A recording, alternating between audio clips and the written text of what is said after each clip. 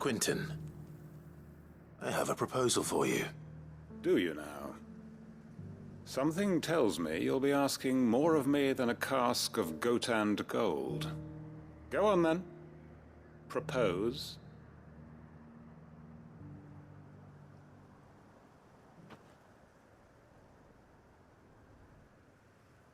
You'd have me convince the chiefs and chamberlains of the realm that they should simply swallow their pride and do the one thing that has proved impossible for thousands of years. Was there anything else? Perhaps I can fetch you a meat pie as well. I know it's a lot to ask, but I can think of none better suited to the role. And you'd have me give up what little I have left to do it. I told you, Clive. The people of Lostwing are my family, and I cannot abandon them. You'll have to find someone else. I'm sorry to hear that. So am I. And why might that be? What he's asking. How's it any different to what you've done so far? They want you to speak for those who can't speak for themselves. That's what you do best. If it's the vineyard you're worried about, we'll see that the grapes are picked and the tons filled. You know we will. It's not that. Then what is it? You said yourself we're family. Don't you trust us? You know that's not what I'm... Then what are you saying? That only we are worth saving? Why turn your back on everyone else? You convinced us we could build new lives for ourselves, and if you can do that, who's to say you couldn't convince the entire realm? A stirring argument. I fear that any rejoinder I make might fall somewhat flat by comparison. So you'll join us? Where do you need me?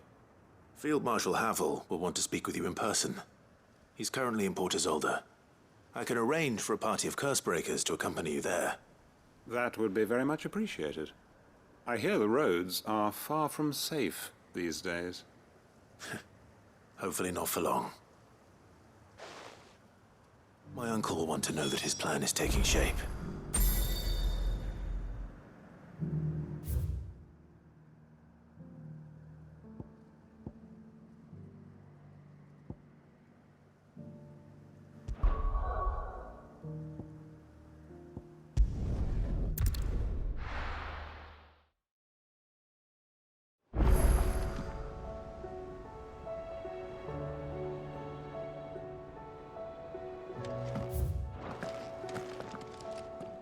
Uncle, I bring good news. The Field Marshal has agreed to your plan. Ha! Of course he has. I didn't doubt you for a moment, dear boy. Rutherford is accompanying him back to your manor in Port Isolde as we speak. They will await your return there. As will one other. One other? Who, exactly? Lord Havel was concerned that even if he could get the realm's armies to agree to an accord, he might not be as successful in convincing those with political power. He asked if I might have a solution, and I suggested a certain Imperial Lord Magistrate turned Liberator. One of your co-conspirators? Master Quentin would probably call me one of his. But yes. Another outlaw, then. Just the thing we need to put these rotten politicos in their places. Good thinking, Clive. I'm glad you approve. The more the merrier, eh? Uncle, assuming Havel and Quentin can solve our problem with the armies, you still haven't mentioned how we might manage the grain shortages. Oh, don't you worry, my boy. The 7 high houses will be seeing to that. They have all agreed to make the most generous of donations. Oh, of course, it did take a little persuasion, but luckily I had some unexpected help. From who? Why, you, my boy. Rumor has it that you rescued the Lady Ariane's head steward Rockford from a horde of bloodthirsty bandits. It was more of a handful. Well, the old battle axe was so pleased. She had a shipload of talents delivered to my private docks by the next new moon. And when the other houses saw the parsimonious old crone's purse strings finally loosen, they as good as tripped over themselves in the rush to follow suit. I'm happy to hear it. Now, I must be getting back to the manor. Join us there at your earliest convenience, would you? Of course, Uncle.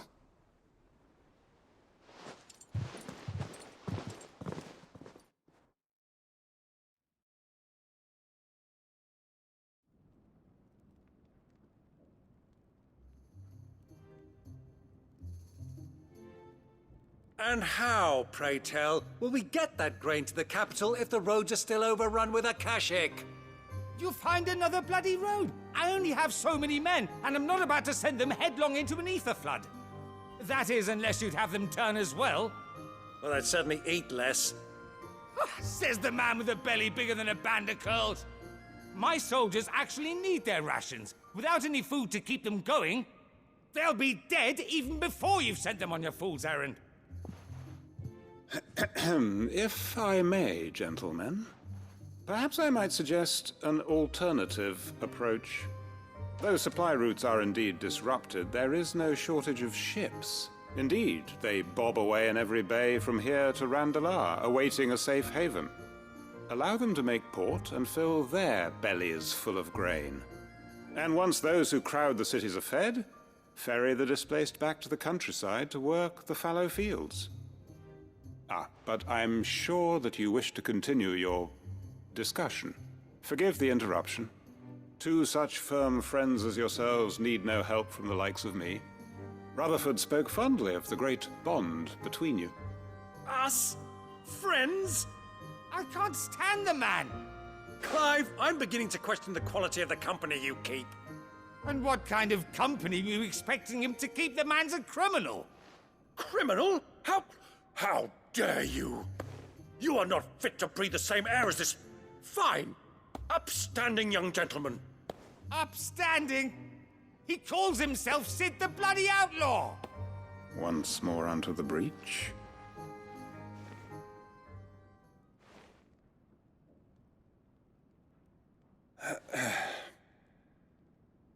Shall we begin again? What we seek here is not to create a new nation, nor to claim the thrones of those that already exist. We wish simply to bring stability to the realm that mankind might weather the current storm. And to do that, we must convince those in power, the generals, the statesmen, the nobles, that our cause is just.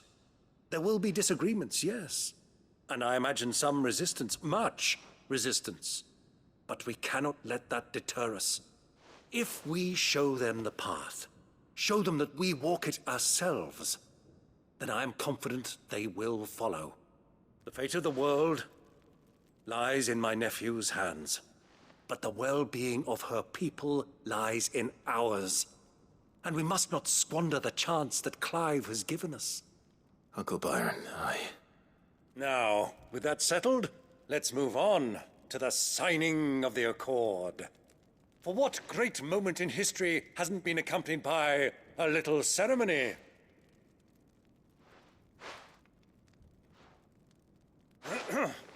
Citizens of Valisthea, I present to you the Tri-Unity. Rutherford, Mike Will.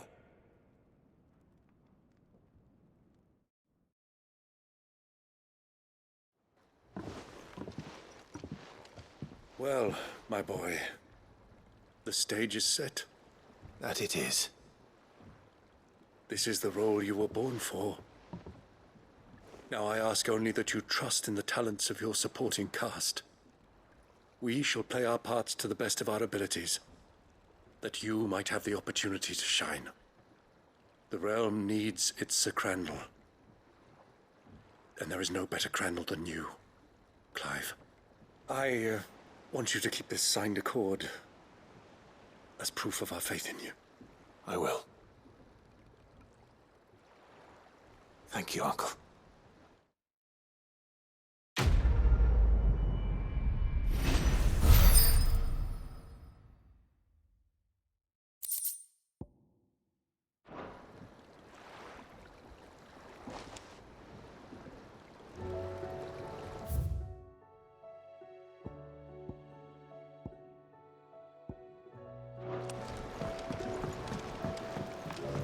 What do you think that thing is. And how the hell is Sid gonna deal with that?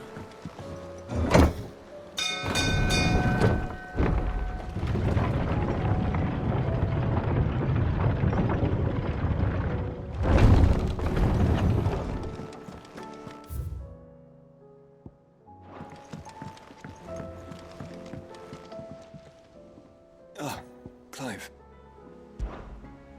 Joshua, what's wrong? And don't say nothing. It's...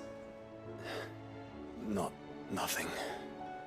I've received word from Cyril. The Undying have found Father's will, or something akin to it. His will? How and where? In the crypt beneath Rosalith Castle. After Kupka was kind enough to drive out the Imperials, the Undying took the opportunity to recover what relics of the Duchy yet remained. And in the process of doing so, they found a letter from Father. I'm surprised anything survived down there. Cyril asked that I join him in Tabor at my convenience. I have been meaning to go, but... would you join me? Of course. I want to know what's in that letter as much as you do. Very well. I am ready to leave when you are.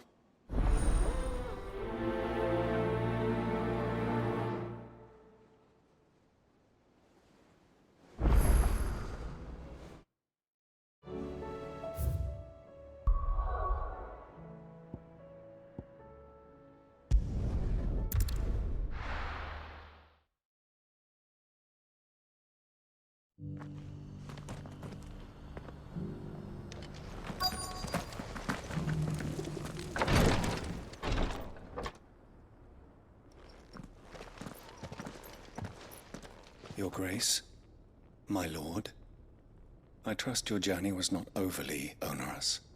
Cyril, you found a letter from Father. Yes, I have it here.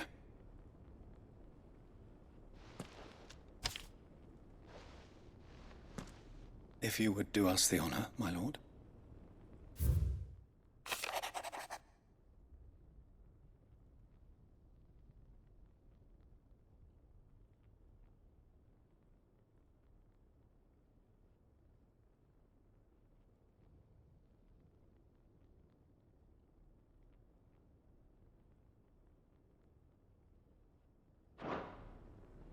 An inheritance.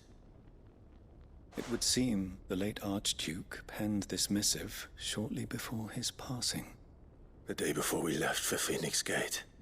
What are these plans he spoke of? His plans for the Duchy, Your Grace.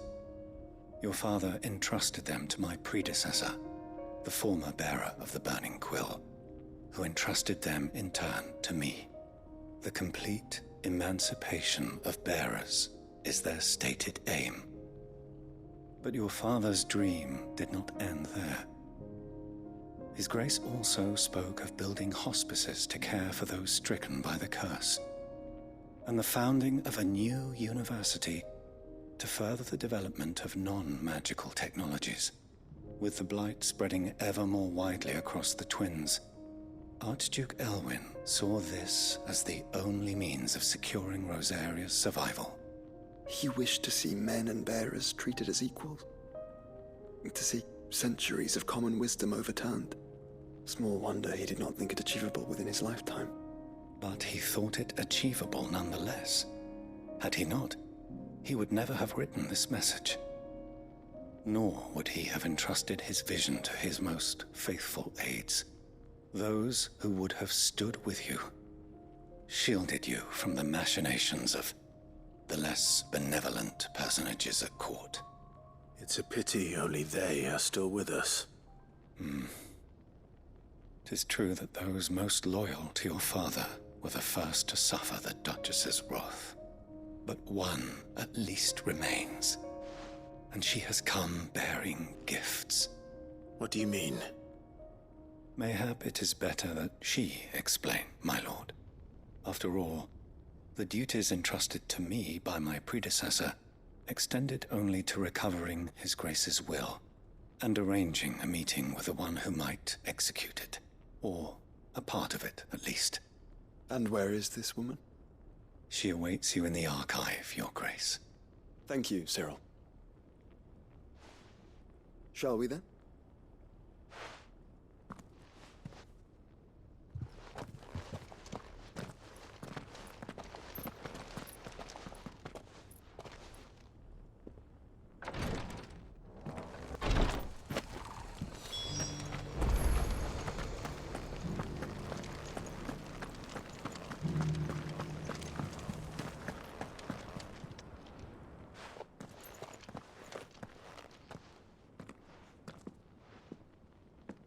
My lord, Your Grace. I hardly recognize you. I am Goditha, retainer of House Rosfield, loyal servant to the Phoenix and his shields. Your father, the Archduke Elwyn, entrusted me with the delivery of a gift. I only hope you can forgive my tardiness in bringing it to you. Lift up your head, Lady Goditha. You have our gratitude for your service to our house and to our father. I merely did my duty, as any proud Rosarian would. My lady, perhaps you could explain a little more? What exactly is the gift you bring? As I'm sure you know, it has long been the custom for the children of House Rosfield to be presented with certain keepsakes upon their coming of age. Indeed it has. Our father often spoke of the day when our turn would come. And had he lived to see it, he would have presented you with the treasures I bear. Matching armbands for you both. Alas, he did not live. Indeed, he was taken from us even before they could be completed. He had intended to claim the Heartstone with which each armband was to be finished himself, but it was not to be. And his gifts remain incomplete. I see. It saddens me to bring them before you, as they are. It was your father's wish that you be presented with the finished articles, not these works in progress. But with his grace long since gone, and the stone left unclaimed, I had little choice. You are grown men now, and his house is yours. And while I would not presume to insist upon your claiming the Heartstone in his stead, I know that nothing would have pleased him more than for you to do so. Thank you, Lady Goditha. What say you, Clive? What else? Of course, my lady. May our father's will be done. Oh, I am much obliged. Do you know where we might find this Heartstone, my lady? I do. Though it may be a matter of a good deal more than simply happening upon it. It is found in the bellies of elder griffins, you see. We do at least know where to find one. A certain specimen has made its nest in Titan's Wake, not far from here. A certain specimen? You are most perceptive, Your Grace. In answer to your unspoken question, yes. In fact, this is the very same beast your father meant to slay. I have been tracking its movements since you were but a boy. Were you to slay it in his stead, as men of House Rosfield, it would surely make your father proud. What say you, Joshua? What else?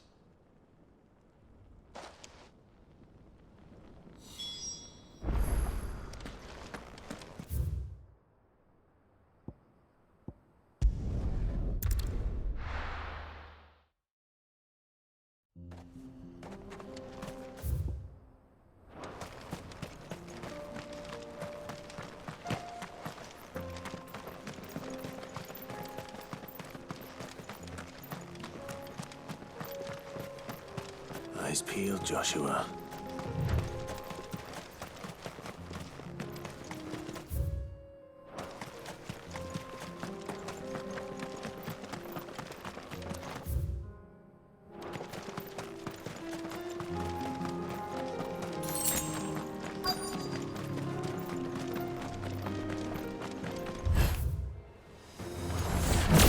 There it is! The House Rosfield.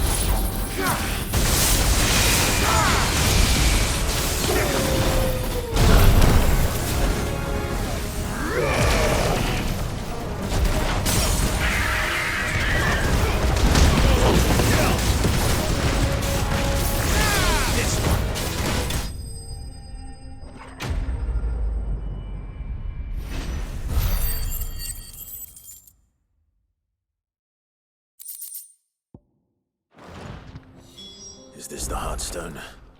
I expect Lady Goditha will know.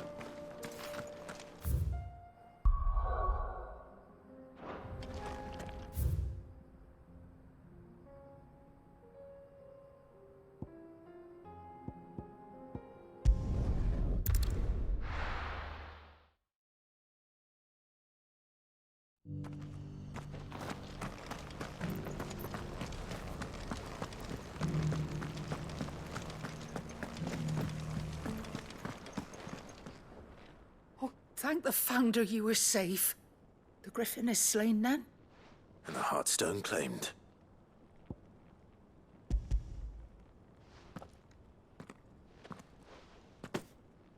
Yes. This radiant luster, like frozen flame, is just as your father described it. Thank you, my lord. Your Grace. Your father would be so proud. Lady Goditha, the lapidary is ready. Thank you, Cyril. I will be with him shortly. If you would excuse me, I shall have the stone cut and set forthwith.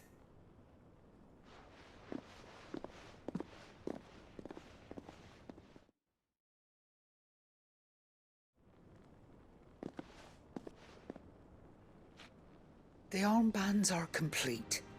Pray, take them. They are yours, after all. Heartstone is harder and more enduring than garnet, or even ruby. It symbolizes unwavering will and devotion. And the graven vines encircling the stone represent the unbreakable bonds between you. It's a message. Father knew we had enemies both inside and outside the duchy. Enemies who would thwart his vision. Only with unwavering devotion would it ever be realized. And only if we stood together, as Phoenix and Shield, as brothers in arms, only then might those enemies be overcome. Indeed. His Grace knew the enormity of the task he would entrust to you, his heirs. But this was more than just a message. It was a promise. That he would always be with you. Thank you, Lady Goditha, for remaining the steadfast custodian of our father's will. Forgive me, my lady, but there is something I don't quite understand. The Undying told me that after Father died, Mother claimed all of the ducal treasures for her own. Even if the armbands were incomplete, she would surely not have overlooked them. So, how were you able to keep them from her? Because I was the keeper of the vault. Though I was but a lowly servant, your father spoke to me of his intentions for the bands, of the deep love he had for both of you, and his hopes for your future. In the days before the disaster at Phoenix Gate, I discovered that the Duchess had ordered her jewelry be sent away from the castle. It was then that I knew she meant to betray us. I tried to warn your father, but it was too late. When word of the fire reached Rosalith, I knew my time was short. So I took up the armbands and I fled into the night. And thank the Founder you did. Yet my duty to your father was incomplete. Not knowing what else to do, I followed the Griffin, thinking I might claim the Heartstone on its passing. And so my pursuit continued, until Lord Cyril appeared before me. He informed me that His Grace's will had been recovered, and that his sons were alive and well. Lady Goditha, on behalf of my father and all the people of Rosaria, I thank you for your loyal service. As do I. Thank you, my lord. Your Grace, for coming back to us, for giving my service meaning.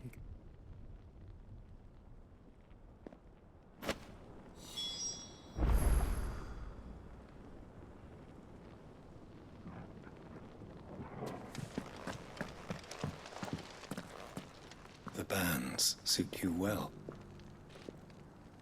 It must be gratifying to finally receive the inheritance that was denied you for so long. It is.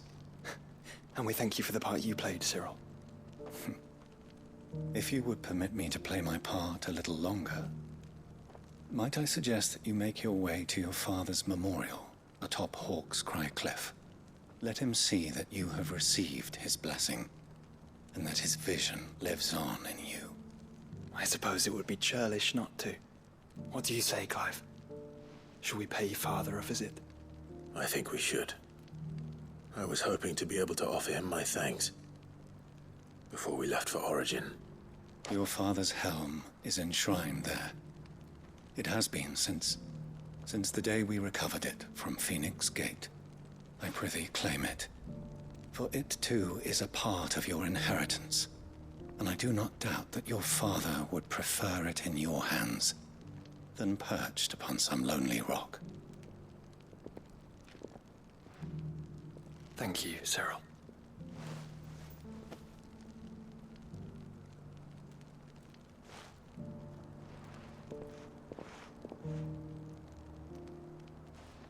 Come on, Clive. He's waiting.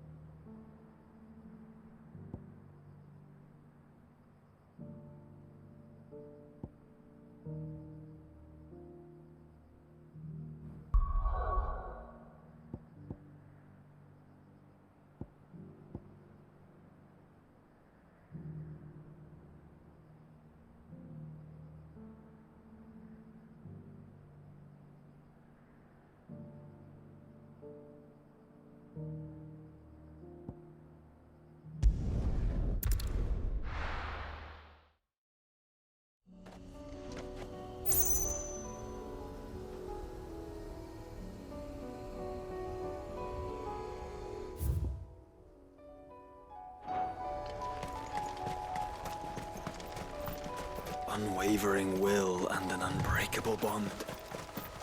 Do you really think we're strong enough? To save the world? Of course.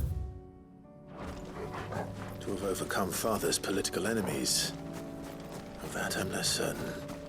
Especially knowing what we know now. What Mother was truly capable of. Perhaps these bands would have helped. The difference.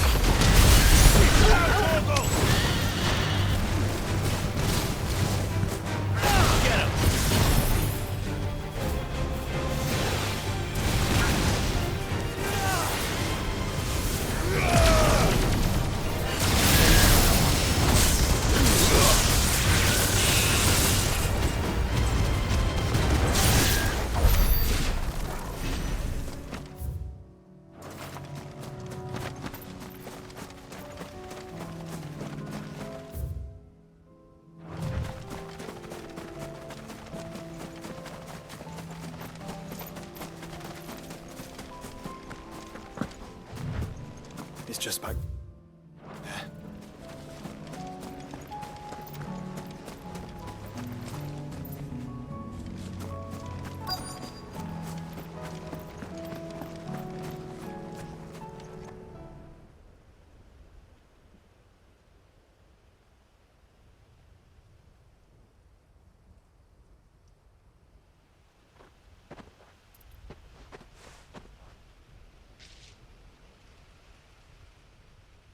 Father always fought for what he believed was right. It wasn't until that night at Phoenix Gate that I realized I had never fought for anything. I always had someone else to do the fighting for me.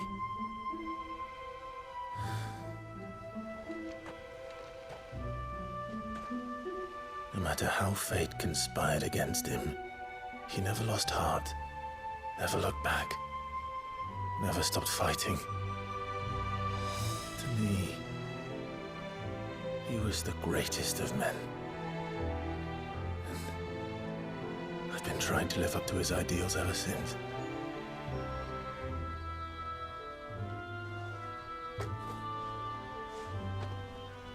We all have, Clive. We all have. And we'll keep trying. Because that's what he would have wanted. What he would have done himself. Even if it meant standing against the very gods in the heavens.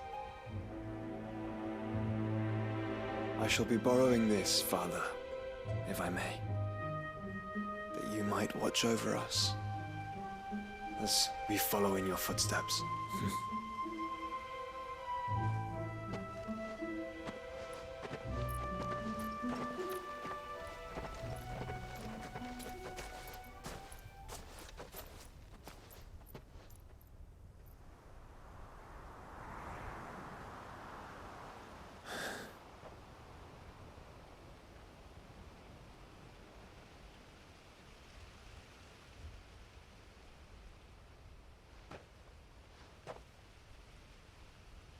We won't lay you down.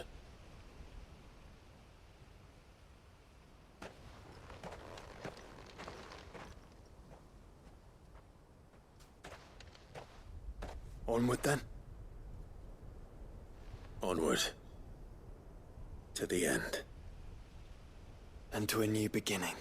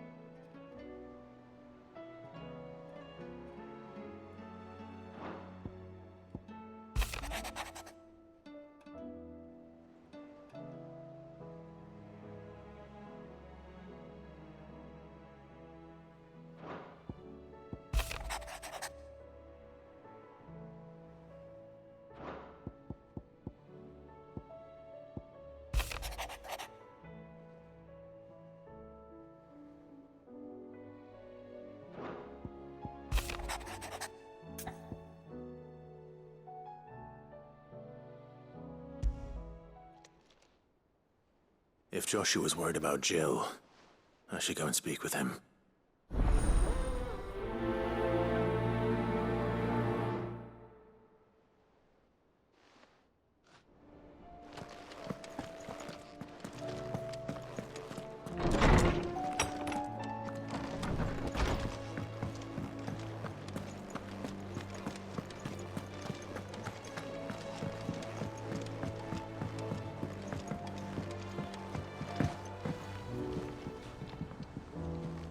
Joshua, I read your message. You're right. Jill is different. I don't think I'd realized how different, but since we returned from Drake's spine, I've felt it more and more. I suppose it's not hard to imagine why. She doesn't think she belongs anymore. And that's why we need to remind her she is still one of us. To let her know that we still need her. Now more than ever. That you still need her. But how to do that? When last we were truly close, we were but children. Of course. Do you remember the time we accompanied Father on his annual tour of the Duchy? And Jill and I broke from the procession to ride up Man's Hill. To see the snow daisies, I remember. It was the first time Father had allowed us to join him. And when he realized you were missing, he had the entire retinue down to the pot boys combing the countryside. In the rain. A thunderstorm forced us to take refuge in a grove of oaks before we'd even made it halfway there. It was the Lord Commander who finally found us, and needless to say, he was none too pleased. Then it seems you and Jill have unfinished business. What do you say? Man's Hill. It's not that far. Oh, true. Though I suspect it is also much changed. Little in southern Rosaria remains as it was when we were children. You're saying I should go and scout the area for bandits? I'm saying we should first go and see if there are actually still any snow daisies left. What would you do without me, Clive?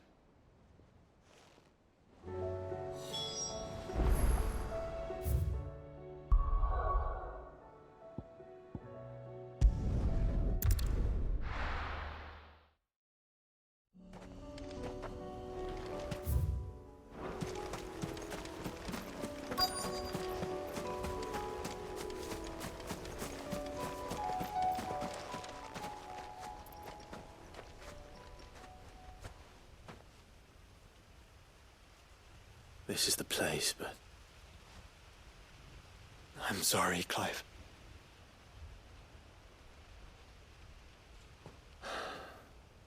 There's nowhere been spared.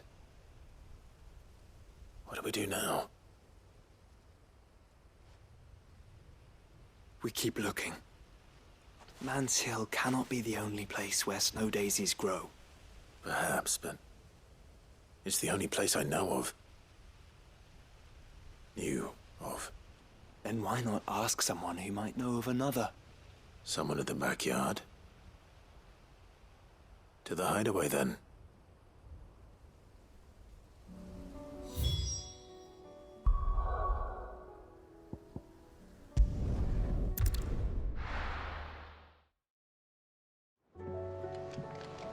Let's hope one of the...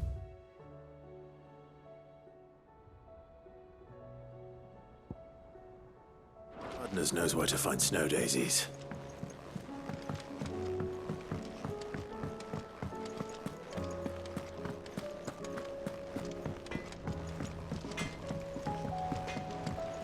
Say what you will. Lady Karen has seen us.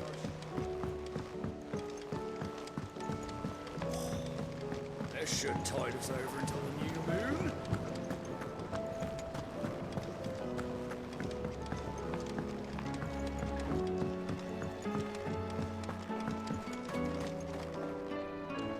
Oh. What brings you down from the heavens, Sid? I need your advice. Joshua and I are looking for a place where snow daisies grow. Preferably in abundance. Snow daisies. Then you'll want somewhere not too hot and not too cold. And where the winds are strong enough to carry the seeds. I reckon Man's Hill would be a good place to start. There in the Royal Meadows, perhaps? Both have similar climbs and the right elevation. If the Blight hasn't claimed them yet. Right. Thank you. Did you learn where we might find our flowers? The gardener here mentioned the Royal Meadows in Sambrek. Ah, the fields beyond Northreach. Well, if that's the case, then Yote was right. I recalled that she kept the record of our travels, you see. So I asked her if she'd perhaps noted anywhere that snow daisies grew, and she mentioned Oilefeist Bay. Whose shores border the meadows. Off we go then.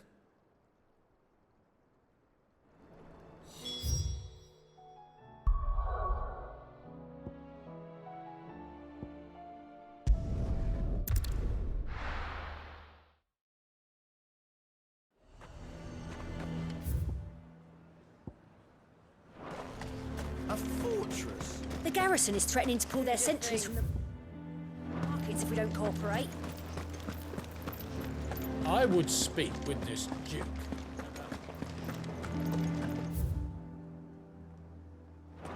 Saw the captain just now. Wasn't wearing his uniform. Because he handed it.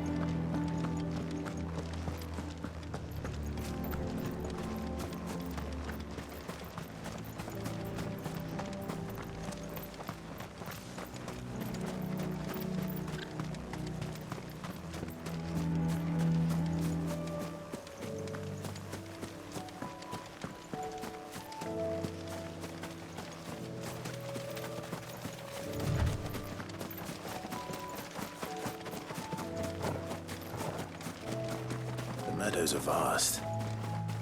Where do we even start? Yote mentioned the coastline. We can start there.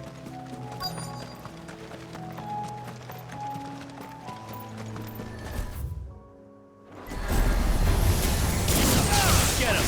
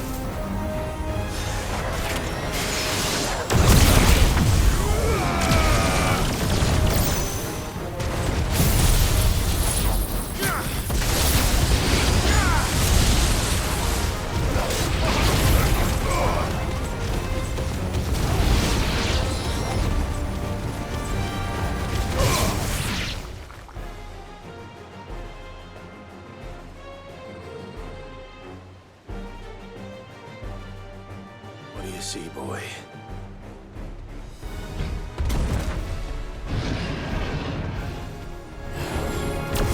Let's hope this is the last one. Only one way to find out.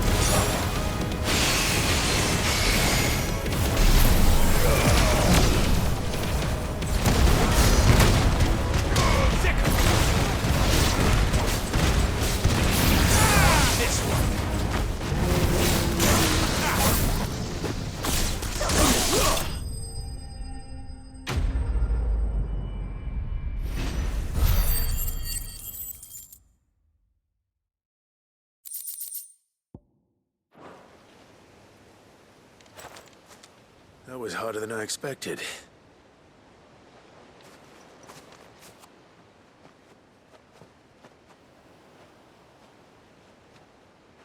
But found her. It was worth it. They're beautiful. Do you think Jill will like them? She'll love them. Come on. Let's go.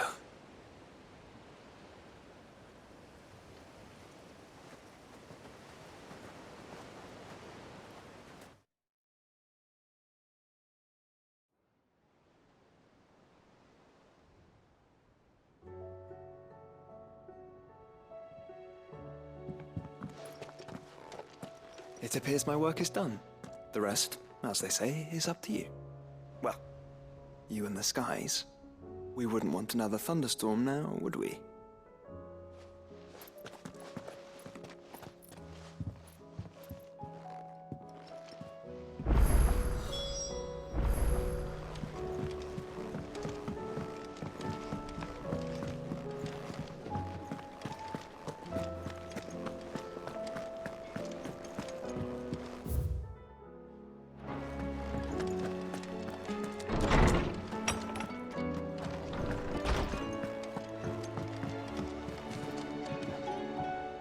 Jill, there's something I'd like to show you.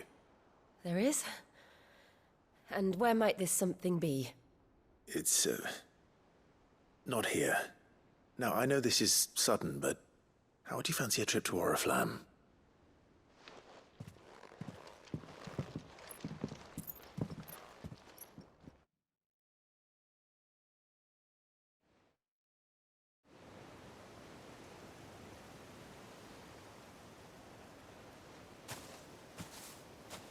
There are so many. This is what you wanted to show me.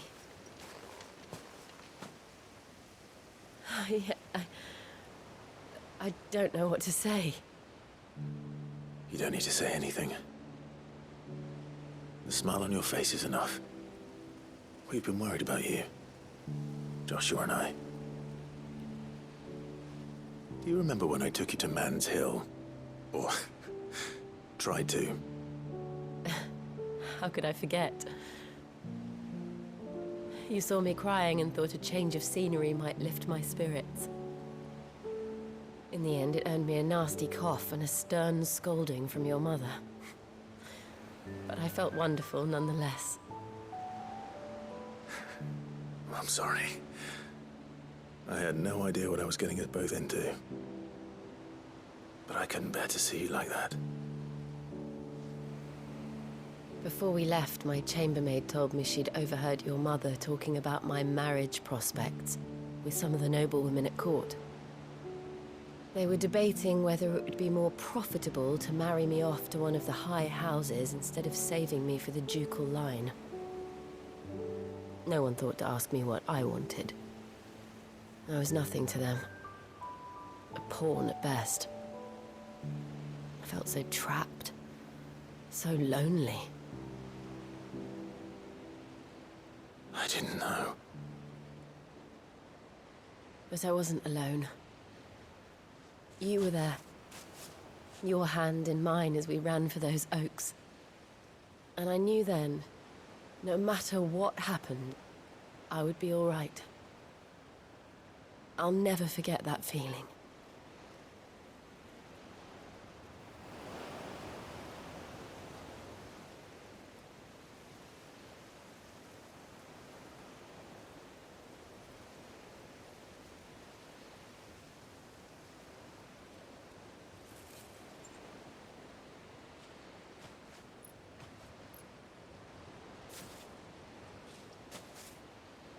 Before we broke camp, the morning after the storm, do you know what I did? No? What? I slipped away from my governess to climb the tor. And from there I saw a sea of petals, all reaching for the sun. And I realized that no matter how terrible the night, dawn would always come.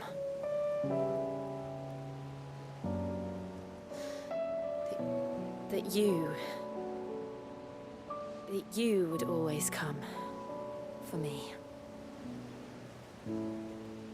And you have. Again and again.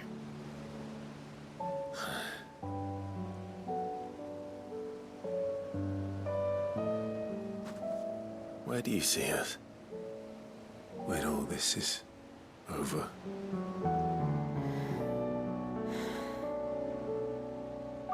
I don't know.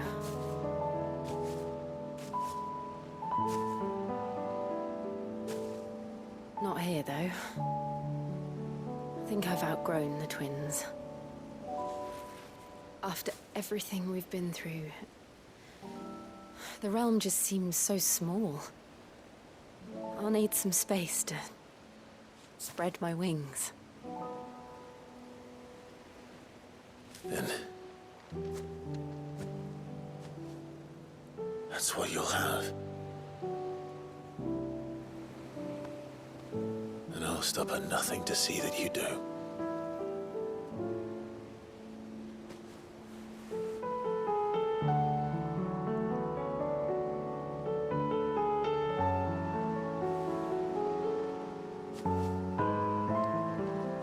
was much good at Garland's.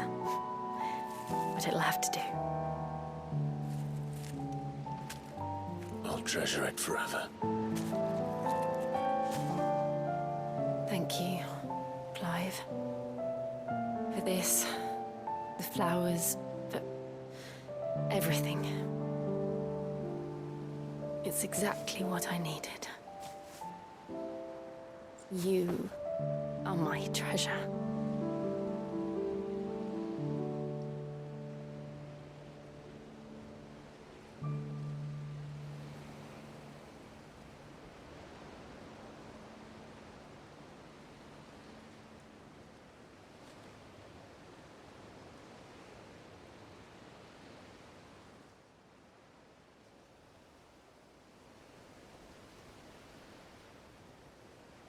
We should probably be getting back. I expect the others are wondering where we are. You're right. There's still much to do. And we'll do it together.